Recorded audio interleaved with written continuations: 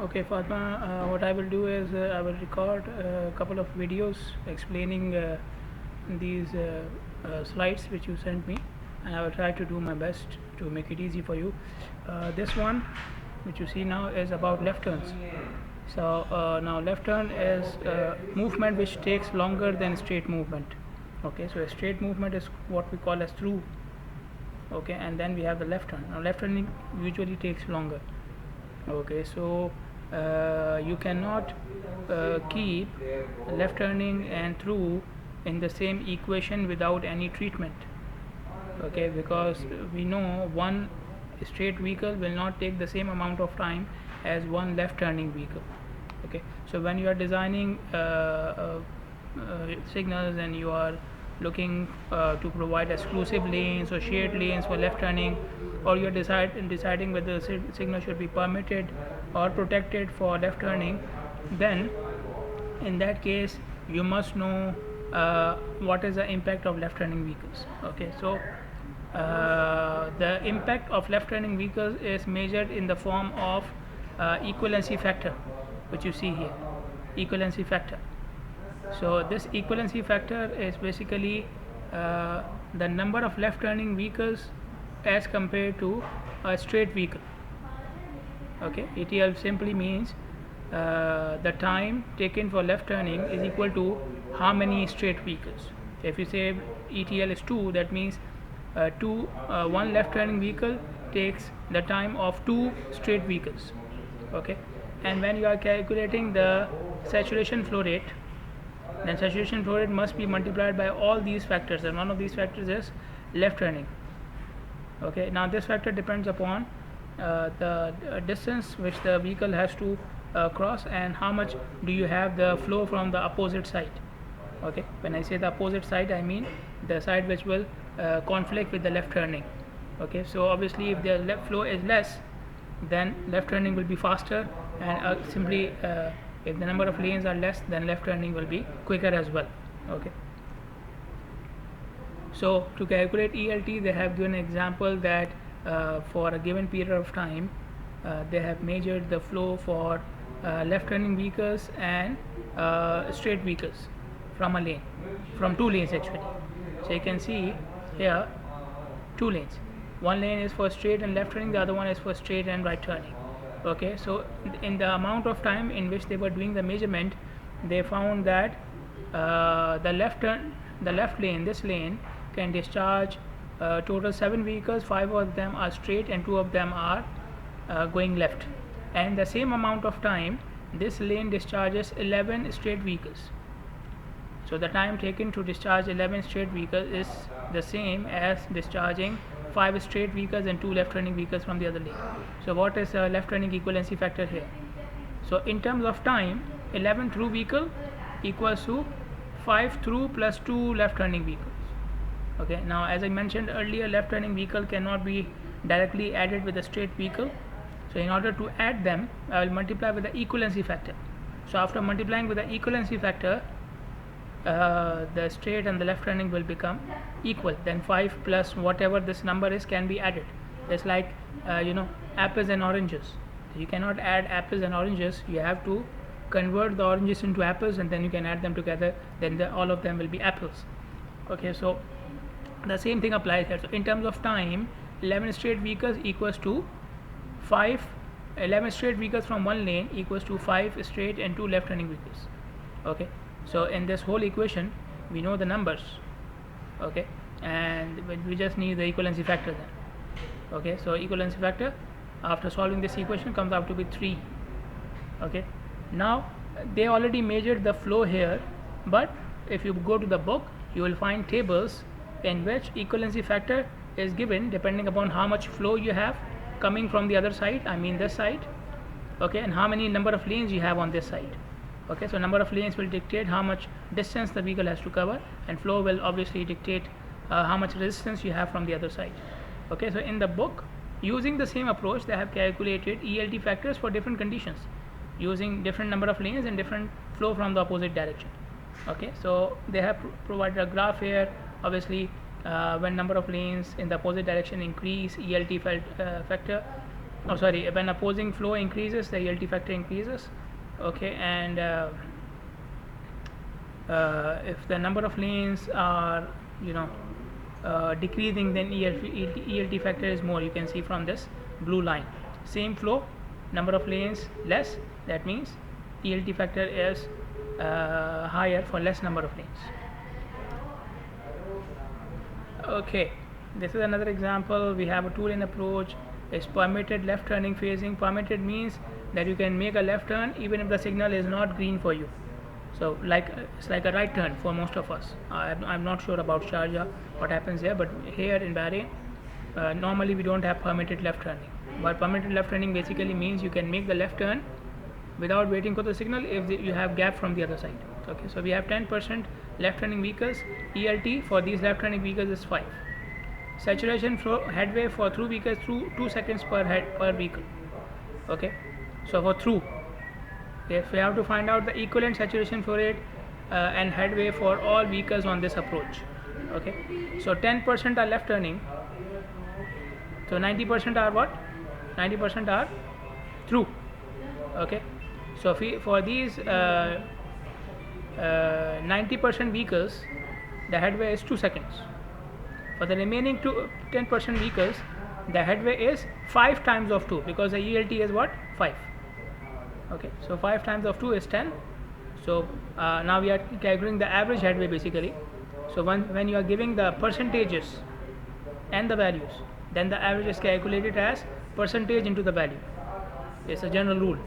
Okay, so normally the average is you have all the values, you add them together, divide by number of values. But if you have percentages and the values, then you apply this methodology. So it's a summation of the product of the percentage and the value. So this is the average headway. Okay, and we have earlier said that saturation flow rate upon headway, 3600 upon saturation headway gives you saturation flow rate. Okay, so if you use only 2 seconds here, then it will give you saturation flow rate for through vehicles only, straight vehicles.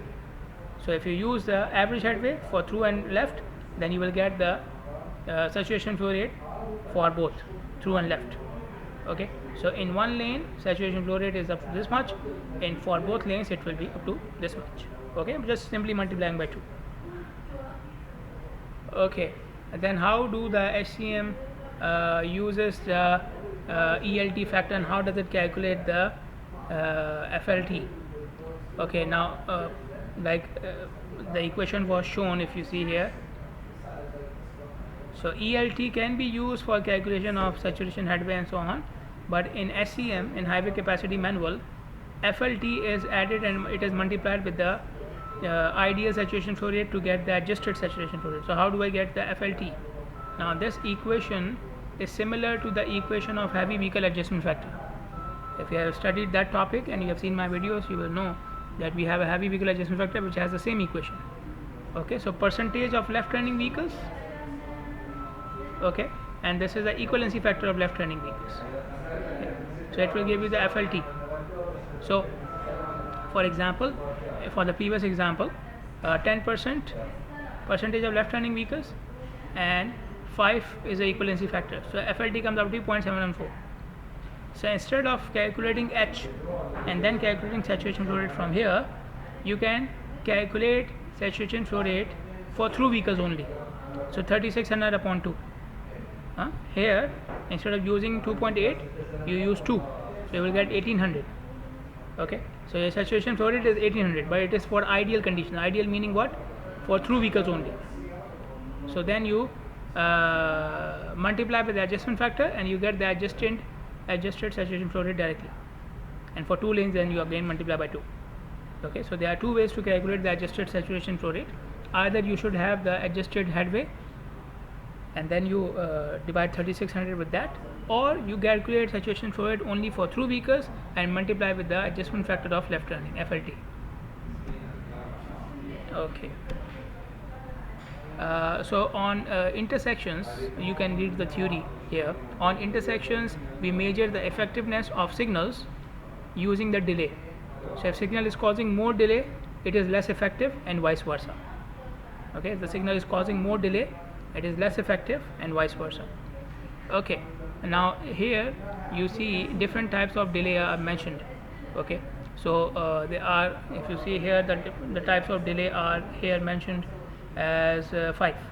A stop delay is a delay when the car was stopped.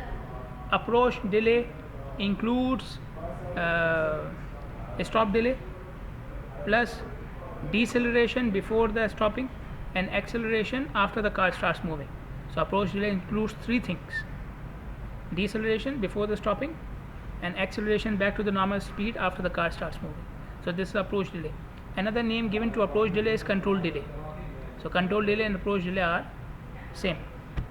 Then we have travel time delay. Travel time delay is basically the difference between actual travel time and ideal travel time.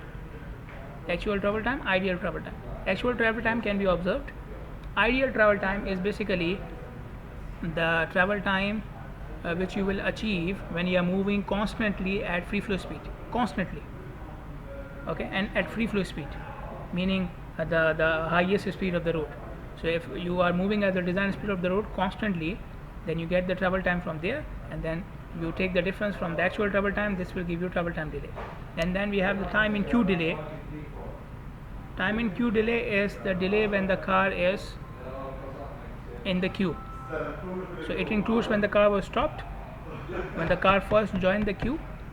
Okay, so there were cars in front of them, it had to slow down and stop because of them, and when it will continue till when the car has crossed the stop line.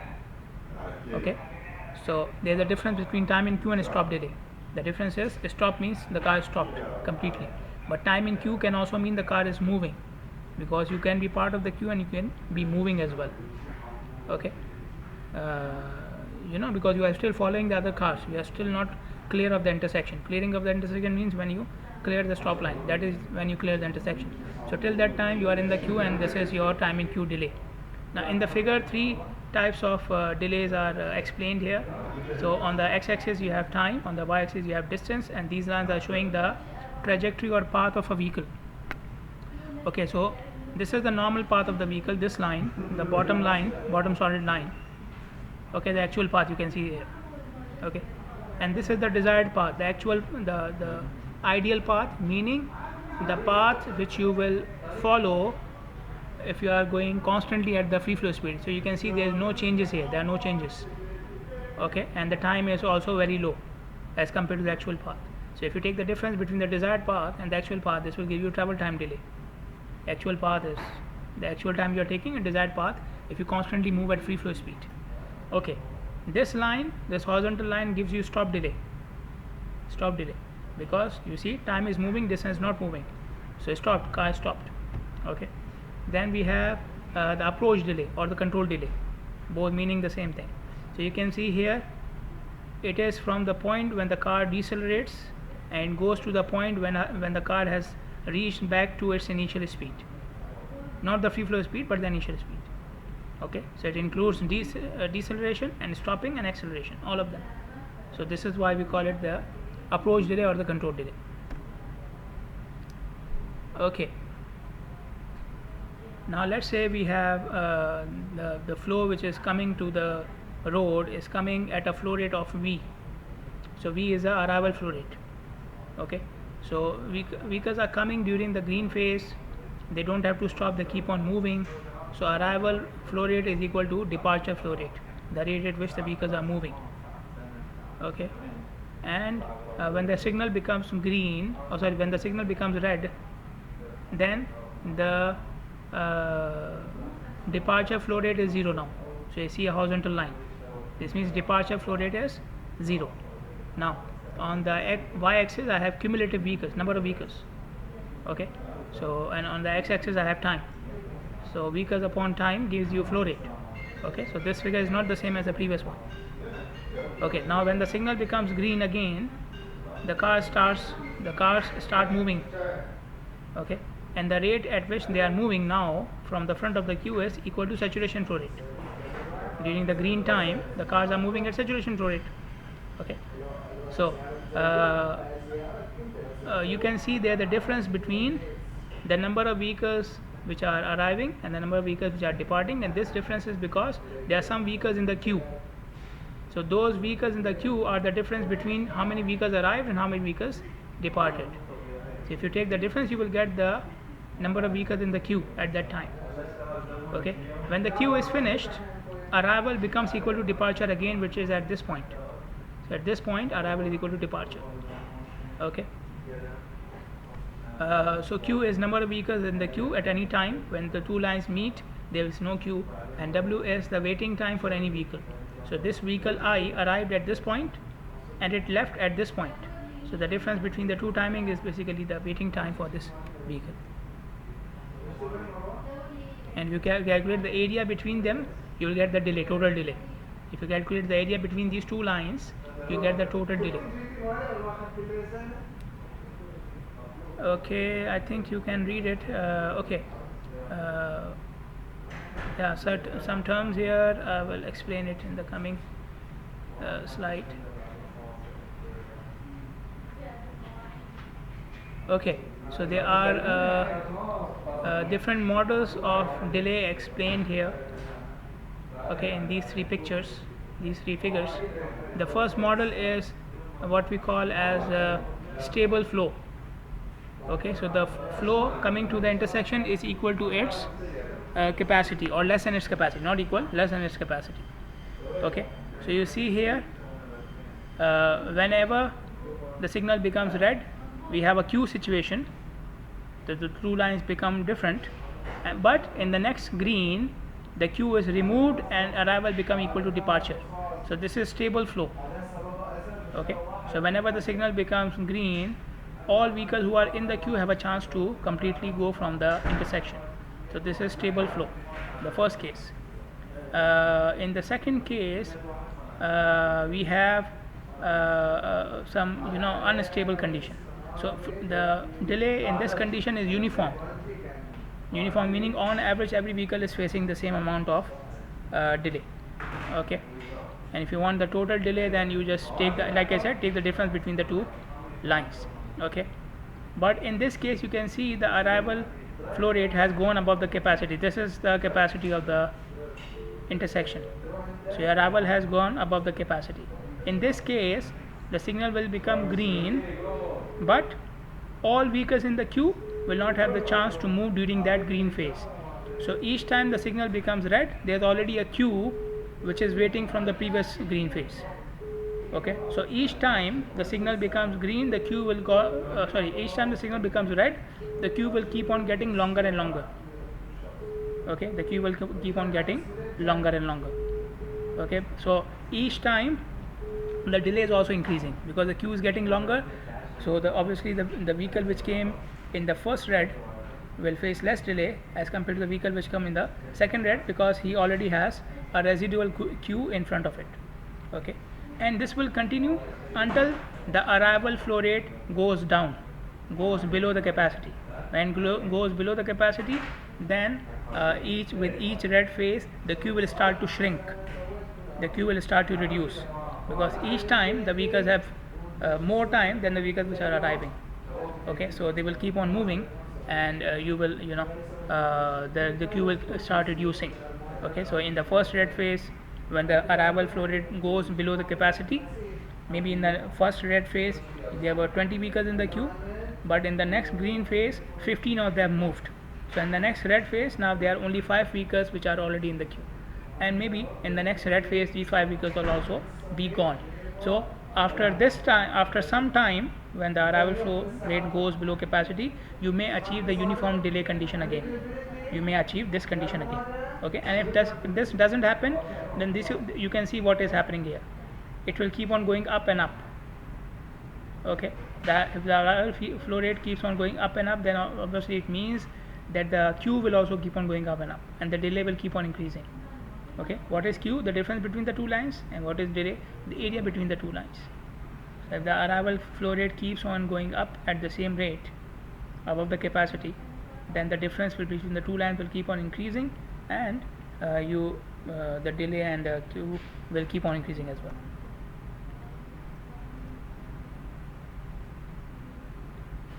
Okay.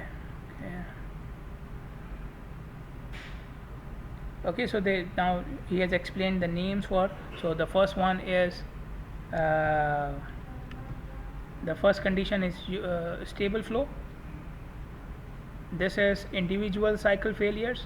In some cycles the flow is more than the capacity, and this is persistent failure. The third one is persistent failure, where the arrival keeps on going up and it continues above the capacity. Okay, there are three components to the flow. Okay, uniform delay, the first case. So the arrivals are like this, they are happening at same interval. Then we have random delay, so the arrivals are like this, you know, in platoons, in groups, so they come together. Okay, and then we have a phase where nobody is coming, then we have another group coming together. So this is this is random arrival, sorry, this is random arrival. Okay, so there is no fixed pattern here. In uniform delay, that there was a fixed pattern in the arrivals. Random arrival, there is no fixed pattern. Okay, and then we have the and this is what he is calling as the reality. The vehicles usually come in groups, so you will have a lot of flow for a few minutes, and maybe the next few minutes are very low. Okay, minutes maybe can be half an hour or 1 hour as well.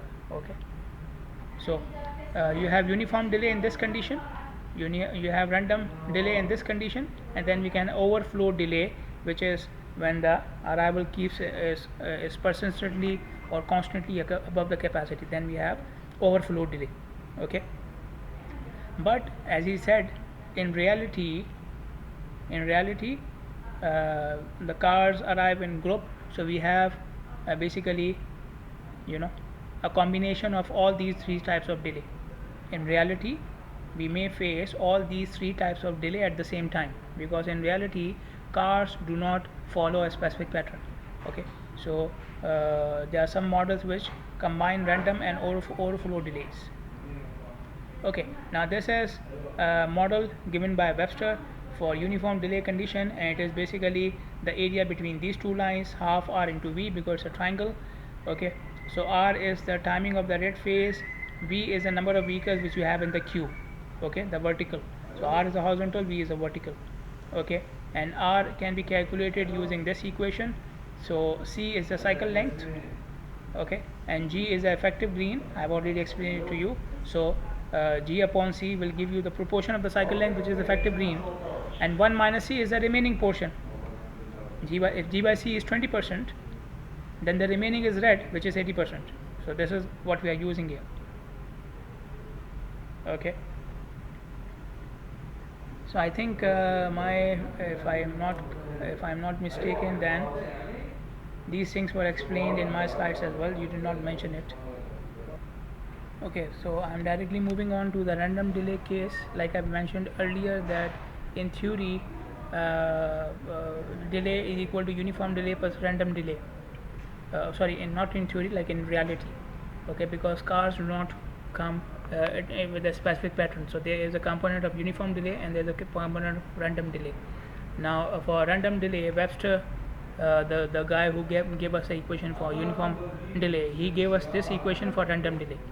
And this equation, x means volume upon capacity ratio, and v is the arrival flow rate. Okay, x is the volume capacity ratio and v is the arrival flow rate.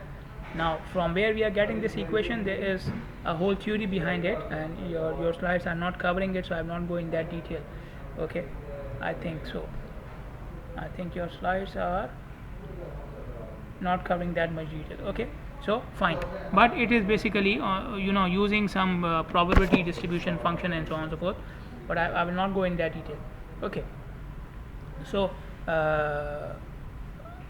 when you add a random delay and uniform delay simply, then it is found that their summation, simple summation, random delay plus uniform delay, is more than what we actually see in the field.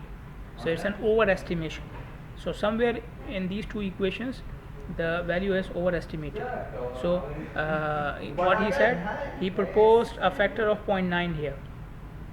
Okay, so he made this graph, and in this graph he saw then when you use the when the volume capacity ratio is 0.9, then you get a straight line. Okay, so it goes very sharply upwards. Okay, so what he said that okay, calculate the random delay and uniform delay, but when you are calculating the total delay, you reduce it by 0.9. Okay, 90%. Okay, and this is because he said in both the equations, when we cross the when we are in this portion, the delay goes up very rapidly, very sharply, and this should not be the case. Okay, so in order to compensate for this overestimation, he proposed a factor of 0.9. So you add uniform delay and random delay, but the summation must be multiplied by 0.9 to get a value close to the actual what we observe. Okay, now this is the then we come to the calculation of overflow delay. Now overflow happens when the flow is constantly above the capacity. Okay, the third case which I mentioned earlier, the flow is constantly above the capacity. Okay, now this is the equation for a uniform delay. Okay, and like we said, uniform delay will only give you this part. Okay, the delay of the vehicles in this part, or the delay for vehicles which have actually moved in the next green phase. If you remember, uniform delay was if a vehicle stops in the red phase and then it moves in the next green phase. So but when you have overflow conditions, some vehicles which are at the back of the queue, they do not they do not clear the intersection, they cannot move through the stop line, they cannot pass the stop line. So these vehicles are having some extra delay. Okay, the vehicles which were at the back of the queue, signal became green, they came at the front, but they could not move. So this extra part which they spent during the green phase is what we call as overflow delay. Overflow delay. Okay, now uniform delay can be calculated using this equation. We have already discussed it, okay, or you have seen it, and you have seen it in my lectures as well. Okay, and this is the equation for calculating uniform delay, average uniform delay. So this is for this is like the total, and this is the average. Okay, now here there was a V by C ratio. So when you have overflow conditions, then V by C ratio is 1 or more than 1. Okay, so this is being replaced by 1 here. Okay, so so now he has changed the equation by putting a not here. So not here means that this has some part of overflow as well. So not represents that this is a uniform delay when you have overflow conditions. So like I said, in overflow conditions you will have both types of delay, overflow delay as well as uniform delay. Okay, so uniform delay which happens in oversaturated conditions, they are representing it with UD naught. Okay, now how do we calculate the overflow delay condition? So you can see here there are two lines given here in this slide, or you can see it here as well. Okay, so this line is for the arrival flow rate, and this line is for the departure, okay, the discharge flow rate. Okay, so at time t, from time 0 to t, how many vehicles arrive? V into t. V is the arrival flow rate, and t is the time for which we are measuring the number of vehicles. So arrival flow rate is what? Vehicles upon time, right? Flow rate is vehicle upon time. So if you multiply by time, you get number of vehicles. So how many vehicles arrive till time t? This is V into t. How many vehicles were passed from the intersection during time t? This is C into t. So C is the discharge rate. Okay, so the difference between them will give you how many vehicles are in the queue, right? Vehicles arrived minus vehicles discharged will give you how many vehicles are in the queue. Okay, so overflow delay is calculated as again the area between the two lines, you can see it's a triangle. It's a triangle. So half into t. T is what? The horizontal into vertical. What is vertical? The difference of vehicles arrived and vehicles departed. So Vt minus Ct. Okay, and when you open the bracket and take t outside and so on and so forth, you get this one. So this is the equation for overflow delay. Overflow delay. Okay. Now in this equation, if you divide both sides with c, like v and c, you divide both of them by c. So v by c ratio, we know it's x. V by c ratio is x. And what is c upon c? It will be 1. So c upon c is 1. You can see it here. Okay. Now this is when you are measuring the overflow delay from 0 time, from the start of the observation time to any time t. Okay. But what if I ask you that calculate the overflow delay between two different points of time? So maybe from 5 minutes onwards till 10 minutes. So this was, let's say this t was from 0 to 5. Now asking you calculate the delay from between 5 and 10. Between 5 and 10. So the equation, instead of having t here, you will have this one, the average of the time. Okay, so t1 is the starting time from which you are starting the observation, and t2 is the ending time, the time at which you are ending the observation. So instead of t, you will use the average of the two times. Okay, so this is the equation for overflow delay then. Okay, now then they have observed that when x, obviously overflow delay, x cannot be less than 1, because when x is less than 1, overflow delay will be negative. There is no such thing as negative. Okay, because this equation is for overflow, so x cannot be less than 1, otherwise there is no overflow, right? If x is less than 1, there is no overflow, then you just use the uniform delay and the random delay. But since x is more than 1, then you will come to overflow delay. They have observed one more thing, that even if x is exactly 1, overflow delay does not work, and even the random delay equation doesn't work as well. Okay, even the random delay equation doesn't work as well. Okay, so they have given us a range. These two equations will give you good results if v by c ratio is between 0.85 and 1.15. So between 0.85 and 1.15. Now keep in mind, we have two cases. One is when there is no overflow, so x will be less than 1. Okay, so then you will have two components of delay. One is uniform delay and the other one is random delay, this one. Okay, so in this case you will use the equation of random delay when x is 0.85 or less. Okay, so in that case, when you have no overflow, uniform delay conditions or uniform arrival conditions, then you will use this equation. When this equation, when you are calculating random delay, x should be used less than 0.85. If x is between 0.85, more than 0.85 up to 1.15, random delay equation doesn't give you proper results.